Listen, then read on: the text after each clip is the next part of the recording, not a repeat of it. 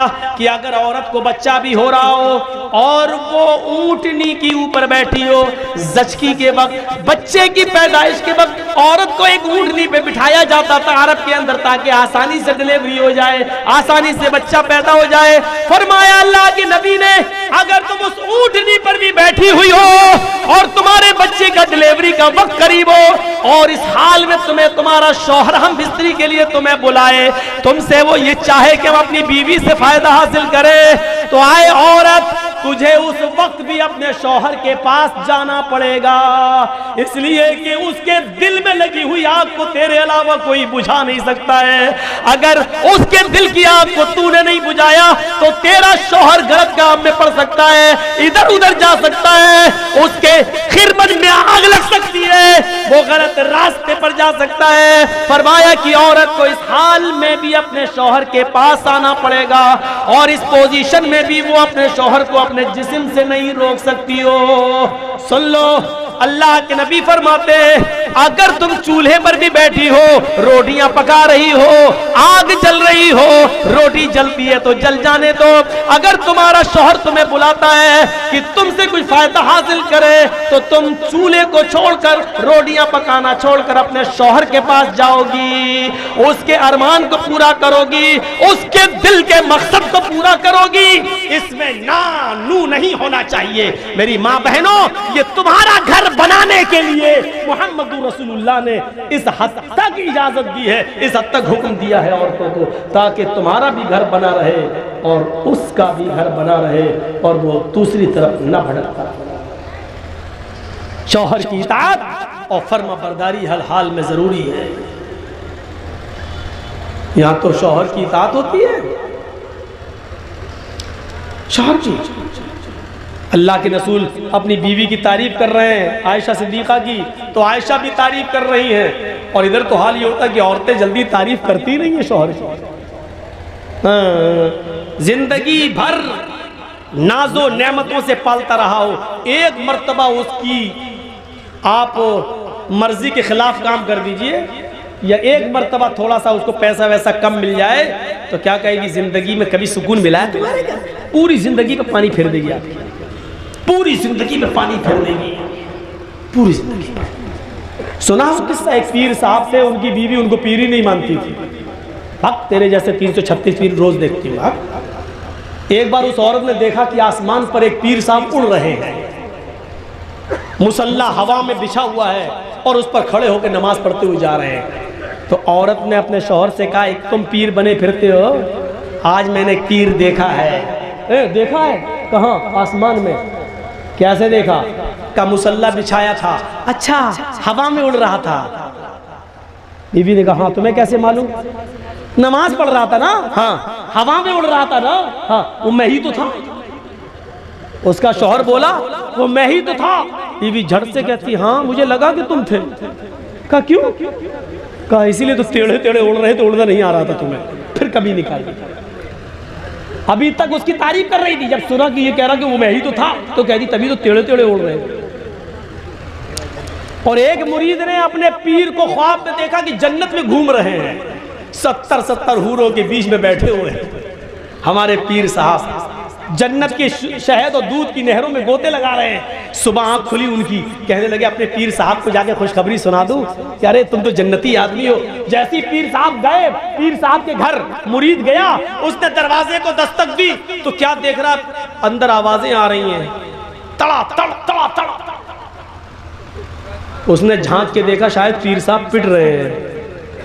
اس نے سوراخ سے ایسی جھانک کے دیکھا تو کیا دیکھتا ہے کہ پیر صاحب کی بیوی جھاڑو سے پیٹ رہی ہے۔ وہ کہتا رہے یار یہ کیا ہو گیا؟ میں نے تو خواب میں دیکھا کہ پیر صاحب جنت میں گھوم رہے ہیں، 70 حوروں کے بیچ میں بیٹھے ہوئے ہیں، یہاں تو ایک نہیں سب اللہ ہی ان سے۔ یہ بیچارہ جانے لگا، پیر صاحب دروازہ کھولتے ہیں، کہاں جا رہے ہو؟ میں جا رہا ہوں گھر۔ ادھر آؤ۔ کیوں آئے تھے؟ ارے کچھ نہیں یار، آیا تھا بہت بڑی خوشخبری سنانے، لیکن اگر موڈ خراب ہو گیا میں جا رہا ہوں۔ کہا کیا ہوا؟ ارے کیا ہوا یار؟ ارے بتاؤ نا کیا ہوا، کیا پریشانی تھی؟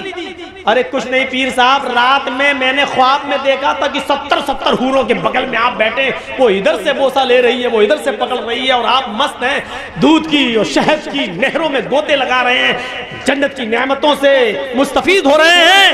میں نے سوچا کہ آپ کو خوشخبری سنا دوں، یہاں دیکھ رہا ہوں کہ آپ جھاڑو سے پٹ رہے ہیں، اتنا برا حال ہے۔ تو پیر صاحب ہار ماننے والے کب ہیں؟ پیر صاحب نے کہا میرے مرید تم نے خواب تو بالکل صحیح دیکھا، خواب میں ہی تھا، خاک تم تھے، یہاں جھاڑو سے پٹ رہے ہو میں تھا۔ کہہ رہے سنو تو پہلے، تم نے خواب میں جو مجھے دیکھا جنت میں وہ بالکل صحیح دیکھا، وہ اللہ نے مجھے ہی کو جنت دی ہے، لیکن وہ جنت ملی کیسے وہ تمہیں معلوم ہے؟ کہا میں کیا جانوں؟ کہا اپنی بیوی کے ہاتھ سے روز جھاڑو سے پٹتا ہوں اور اسی پر صبر کرتا ہوں، اس صبر کے بدلے میں اللہ نے مجھے جنت دی ہے۔ پیر صاحب ہار ماننے والے کب ہیں؟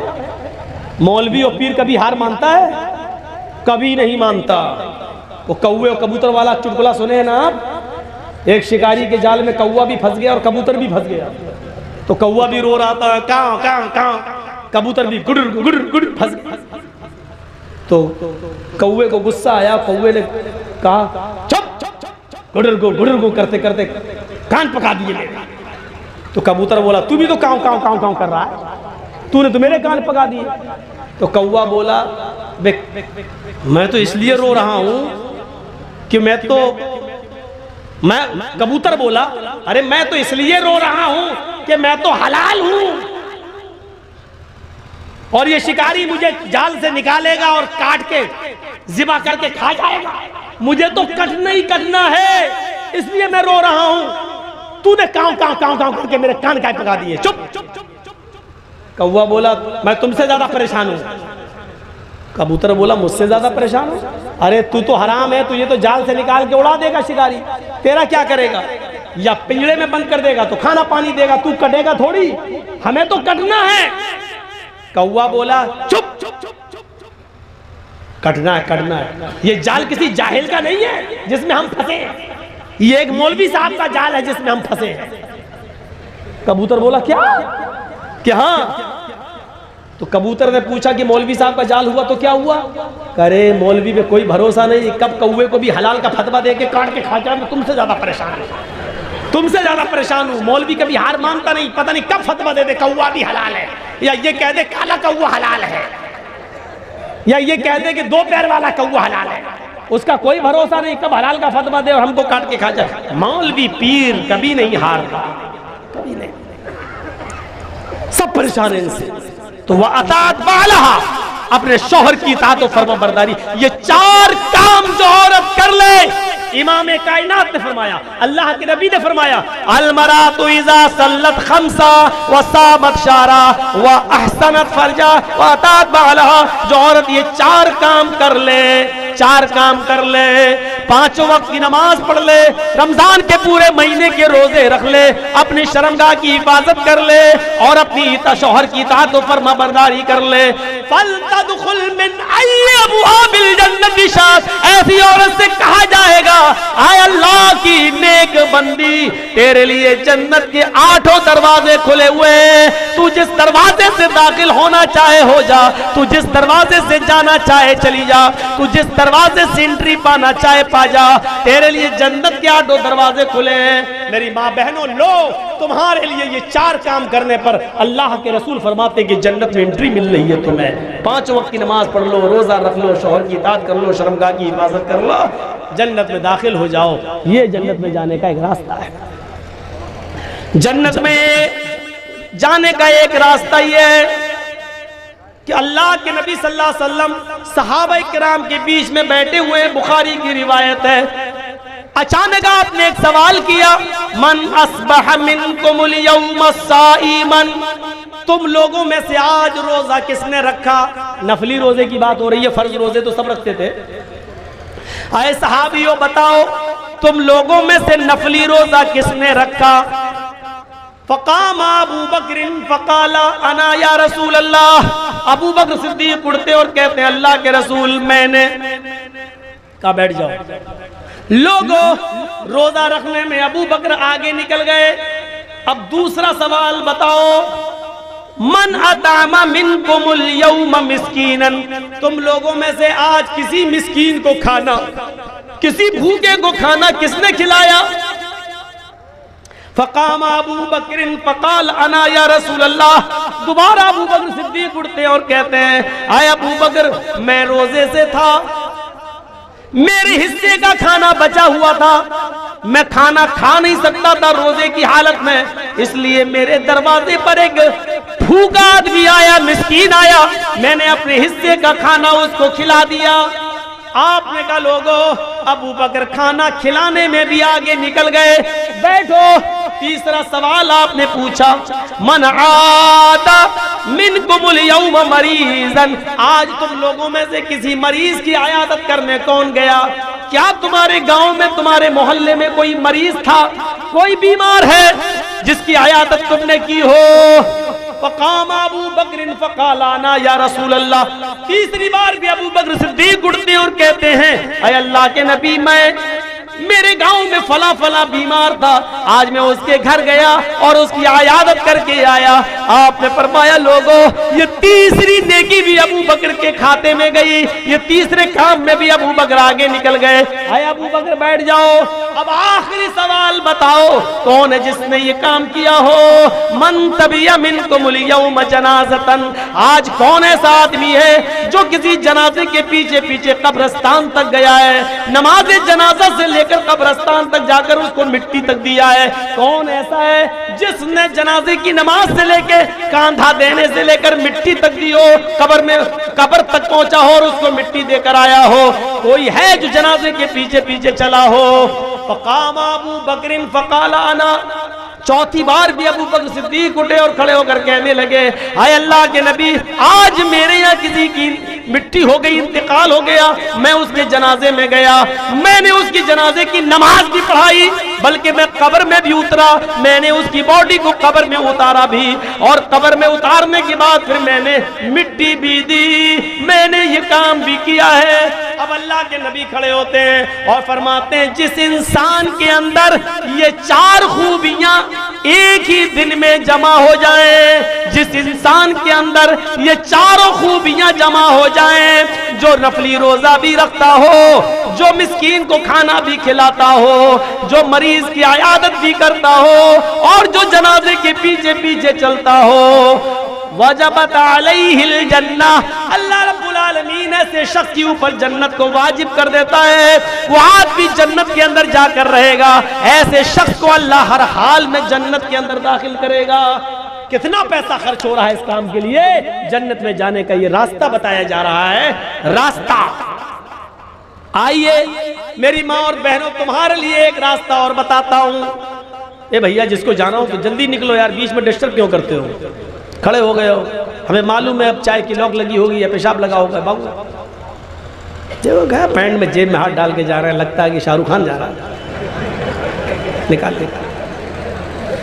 سنیے میرے بھائیو، جاءتنی سائلہ، جنت میں جانے کا ایک راستہ میری ماں بہنوں تمہارے لیے۔ اللہ کے اماں عائشہ کہتی ہیں میرے پاس ایک مانگنے والی آئی، میرے پاس ایک مانگنے والی آئی، معاہا صبیان، اس کے ساتھ دو چھوٹے چھوٹے بچے تھے۔ اس نے مجھ سے کہا اللہ کے نام پہ کچھ دے دو، میرے گھر میں یہ دونوں بچے بھوکے ہیں، کئی دن سے ان بچوں نے کھانا نہیں کھایا، میرے پاس ایک کھجور رکھی ہوئی تھی۔ حضرت عائشہ کہتی ہے، بخاری کی روایت، میرے پاس ایک کھجور رکھی ہوئی تھی، میں نے وہ کھجور اتاری اور میں نے اس مانگنے والی کو وہ کھجور دے دیا۔ اس عورت نے اس کھجور کے دو ٹکڑے کر دیے، اس عورت نے اس کھجور کے دو ٹکڑے کیے، ایک ٹکڑا اس بچے کو دے دیا، ایک ٹکڑا اس بچے کو دے دیا، دونوں بچوں نے اپنے اپنے کھجور ٹکڑے کھا لیے، اور اس ماں نے صرف پانی پیا اور آگے بڑھ گئی۔ یہ تو ہے بخاری میں، یہ تو ہے بخاری میں۔ مسلم میں یہ ہے کہ میرے پاس 3 کھجوریں تھیں، یہ سنیے یہ بڑا دردناک ہے، میرے پاس 3 کھجوریں تھیں، مانگنے والی نے جب مانگا تو میں تینوں کھجوریں اٹھا لائی، اس عورت نے ایک ایک کھجور دونوں بچوں کو دے دی، دونوں بچوں نے اپنی کھجوریں کھا لی، ایک کھجور جو میرے پاس بچی میں اس کو کھانے جا رہی تھی، اما عائشہ کہتی ہیں کہ میں نے اس عورت کو دیکھا جیسی وہ عورت اس کھجور کو اپنے منہ میں رکھنے کے لیے جا رہی تھی، بچے بھوکے تھے، اپنی اپنی کھجور کھانے کے بعد وہ ماں کی کھجور پر جھپٹ پڑے، ماں یہ مجھے دے دو، دوسرا کہتا ماں یہ مجھے دے دو۔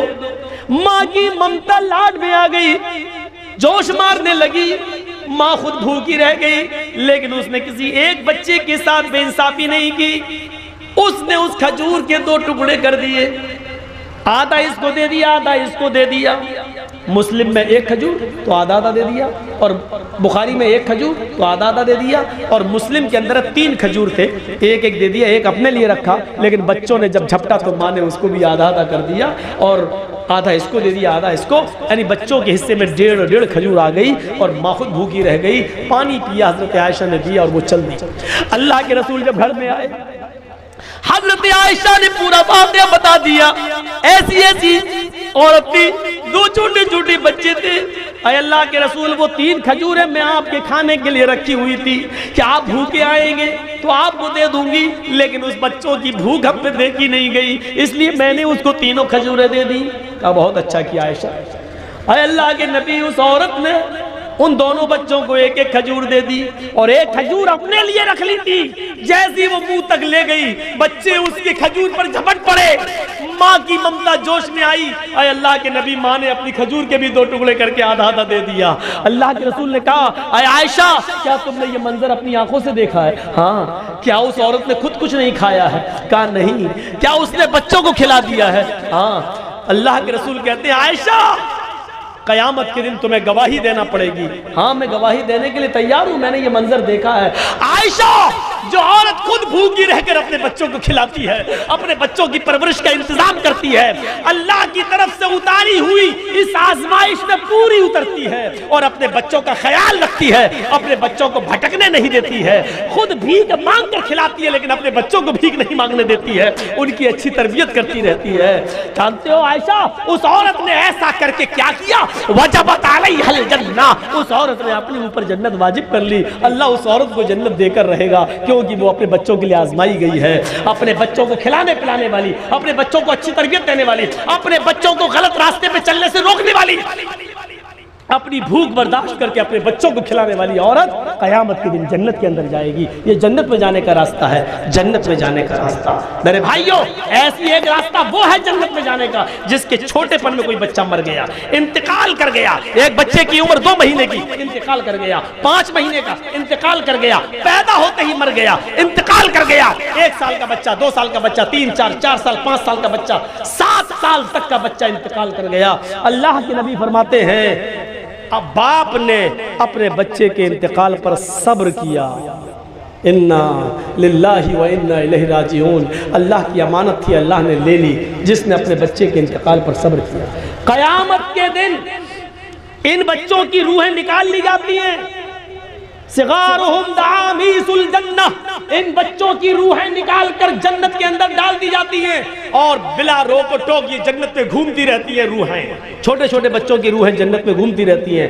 قیامت کے دن جب اللہ تعالیٰ ان کے ماں باپ سے حساب و کتاب لے گا تو بہت سے ماں باپ ایسے ہوں گے جو اپنے گناہوں کی پاداش میں جنت کے حقدار نہیں ہوں گے۔ اللہ تعالیٰ کا حکم ہوگا کہ ان کو جہنم میں پھینک دو۔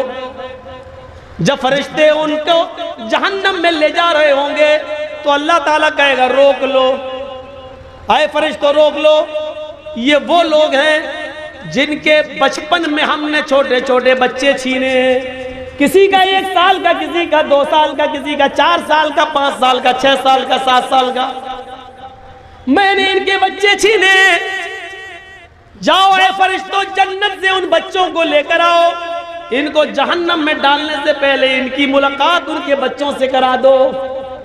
ایک بار یہ حق بنتا ہے، دنیا میں یہ اپنے بچوں سے نہیں مل سکے اور ان کے بچے ان کے اپنے ماں باپ سے نہیں مل سکے، یہاں ان کو ملا دو۔ جنت سے جیسے ان بچوں کو لایا جائے گا اور کہا جائے گا یہ تمہارے ماں باپ ہیں، تم اپنے ماں باپ سے مل لو، وہ بچے خوشی خوشی اپنے ماں باپ سے ملیں گے، کافی دیر تک اپنے ماں باپ سے باتیں کرتے رہیں گے، پھر حکم ہوگا ان بچوں کو جنت میں ڈال دو اور ان کے ماں باپ کو جہنم کے اندر لے جاؤ۔ جیسے ہی ان کے ماں باپ کو جہنم میں لے جانے کا حکم ہوگا یہ کہیں گے اے فرشتوں میرے ماں باپ کو کہاں لے جا رہے ہو؟ فرشتے کہیں گے اے بچوں تمہارے رب کا حکم ہے کہ ان کو جہنم میں ڈال دو، کیونکہ یہ دنیا میں بہت بد عمل تھے، نیک کام نہ کیا کرتے تھے، ان کو جہنم میں ڈالا جائے گا۔